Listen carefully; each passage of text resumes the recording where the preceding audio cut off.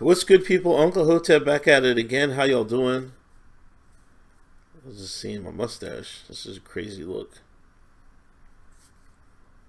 Anyway, Soledad O'Brien. Y'all know that Twitter personality. She's always talking about racism. I don't know. I think she's like 1/16 black. I don't know. There's an article on the Root. Now, I'm not going to show it to y'all. You're going to have to look at my pretty face. But we can listen to this. We can listen to this. And yeah, it's titled Soledad wants journalists to stop playing games and call a racist. Let's hear what she has to say. When he uses words that are literally verbatim phrases that white supremacists use, I want people to understand, like, it's okay to call things out. It's okay to say something that is a lie is a lie. We don't need to call it. A lie is a lie. Iraq War II, a lie is a lie. Weapons of mass destruction, a lie is a lie. Osborne Kennedy, a lie is a lie. Remember this, Soledad. I'm sorry if I'm saying your name wrong. No disrespect. Soledad O'Brien. Yes, indeed, a lie is a lie. But for you to say the media is doing one thing here, and when they've covered for lies, I don't. Anyway, let's get back to it.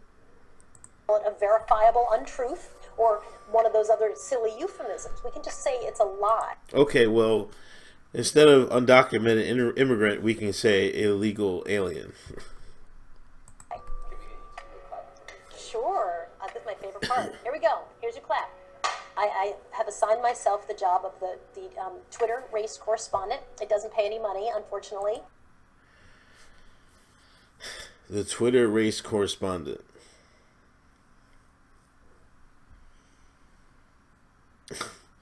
This woman has really lost her goddamn mind. Matter of fact, I've saved this at a perfect time. I'm gonna have to use this as the cover of the video. But if guys and girls, men and women, if you do watch this video, there's some imagery in certain angles that you can see plainly. It's a little Easter egg hunt they leave for y'all. And you're busy all the time. I often on Twitter talk to journalists because I feel like they drop the ball at times. The job of a journalist is not to let's wrap it all very nicely in a package so we don't offend anybody. I don't care about that. And I think sometimes reporters do. Well, you're correct. Just tell the truth. Just tell the story. No added sugar on top. No added opinions on top. Just tell the story. Some sort of gymnastics to make sure that they're not saying this sort of uncomfortable, unpleasant thing. Nobody likes to use the word, white supremacist, rhetoric, but that's literally what this is. This is not subtle, and it's not, well, maybe you're not understanding it. Some stuff is just racist. When someone uses the N-word, that's not a racial comment. That's a racist comment. And I think it actually is important to call out. It's a crazy time. And people are not afraid. They're very bold. People have been very emboldened in their racism today, which is troubling. And I think that is correlated to the administration. I think that's correlated to a lack. I mean, is it correlated to the administration or just people just trolling? I swear to God, I was in Giant, food store, and no, I was in ShopRite. And you have these bowls of pineapple for like $5, right? I don't feel like buying them. I'm cutting it, man. I don't get as much. You know what I mean? I was buy the $5 joint, and there was pineapple, and right next to it was the same sort of type bowl. It was watermelon. Now, I reach in to grab the pineapple. I swear to God, this happened. Just the other day, I grabbed the pineapple, and I was going to grab the two. I was like, man, I need two of these things. This white guy came. He just chopped out. I don't know where he came from. He just came right from the side. Bang! You can get one of these. It was pointing to the watermelon. I was like, nah, man, I want the pineapple. I took it. I grabbed the second pineapple, took it, and just turned around and kept going. Now, he kind of looked like, I don't know if he was expecting me to say something. I don't know what he was expecting. You know, I don't know if he was just trying to make a joke. I don't know. But, you know, he was talking, like, there was people he was with. But when he said that about the watermelon, he was looking directly at me. I was like, I don't know. But, you know, if I was a person from the root, I'd have fell out and caused a scene. You know what I mean? You can't offend me, man. You know, I'm Uncle Hotep. Like, how is this guy grabbing the watermelon in ShopRite's going to offend me? You know what I mean? That's the way I think, look at things, man. Because, you know, if you think highly of yourself, man, people can't draw you out into that. But some people just consider that racist. These are what the root people are arguing about, upset about. Of sort of decency and a really terrible rhetoric around just human beings, how we refer to people, how the president refers to his opposition, certainly politically, and just people he's decided that he doesn't like. It's kind of disgusting. So I'm not surprised. See, this is what, you know, Trump, I think, has ripped off the maybe the level of sophistication, or the false air of sophistication that these liberals think they live under. You know what I mean? Like, he's not classy enough about it. Like, they like their lies sugar-coated. They like their government sugar-coated. They like their bombs being dropped by Obama with a whole bunch of, excuse you, some goddamn cat. You know what I mean? They want their stuff, like, they want their politics sugar-coated. They don't want to hear about their killing people in Syria. They don't want to hear about their killing people in Yemen.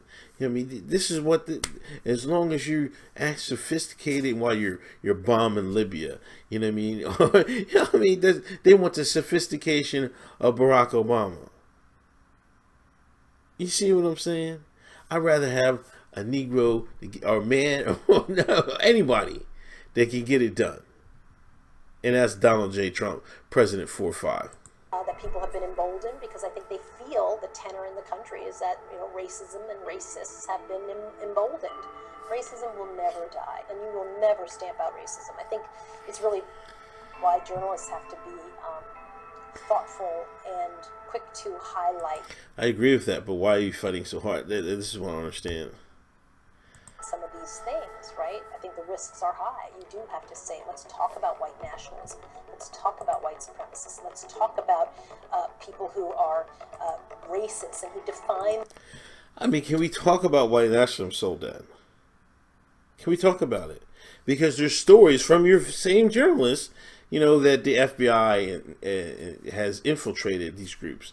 In the past, they've infiltrated these groups. In the past, they've infiltrated these groups and set up stings. So, how many these white nationalists? I have not heard anybody say anything about or any of these people or any of these groups infiltrated. There's supposed to be a rise in white nationalist groups, whatever. This is what y'all keep saying in the media. Now, we know in the past, the FBI has infiltrated some of these groups. Now, so y'all should be looking up, has the FBI started any of these groups? Are they giving any of these groups money? Etc., etc., etc. Y'all sitting there just crying about some damn groups. When you know in the past, you look at America's history, if you just look through a fine eye the civil rights era, you'll see the FBI has infiltrated damn near everything. Everything. So to think these groups haven't been infiltrated, I mean, it's just naive, Soledad. What the hell? I'm still tripping up Soledad's name. Themselves as with the KKK. Let's have that conversation and not gloss over it. I don't want to sit around and be mad. I don't want to sit around and feel like, wow, these people are just overtly bigoted and nobody cares anymore. That's not encouraging to me. Why would you care? If you just said racism will never die, why would you care if some people are bigoted? It don't bother me none. You know? Just like the guy with the watermelon. I'm like, whatever. He's trying to be a joke. He's trying to be funny. I don't give a shit. Fuck him. Excuse my language. But yeah, who cares? Yeah, I mean, this is where I think. Now I know why the powers that be, the Illuminati, the Lizardmen, they pull the chain of the African American, they caught it to shine, because their emotions run wild and shit like that. But hey, some of us Negroes is woke, man, and we ain't falling for this. Keep falling for this junk, man. Hotep or die, you know what I mean? Let's continue. I want to figure out, how do you get more people to vote? How do you get rid of obstacles to voting? How do you get great candidates to come forward? How do you tell good stories about people and things that are working in this country? But if you want to boo-hoo and, you know, sit in bed and eat ice cream, like, sure, go ahead and do that, but it's going to get you nowhere. It's going to get you absolutely nowhere. The N-word is kind of just full-on There's no interpretation racist, there, right?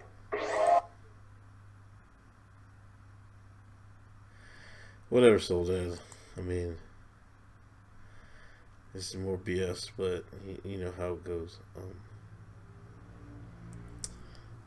I'll talk to y'all later. Hey, Hotep's been told ya. Catch the rebroadcast, episode 7, episode 8 this week. This Thursday at 8. Thanks for everybody donating Patreon, PayPal. I greatly appreciate it. I'll talk to y'all later.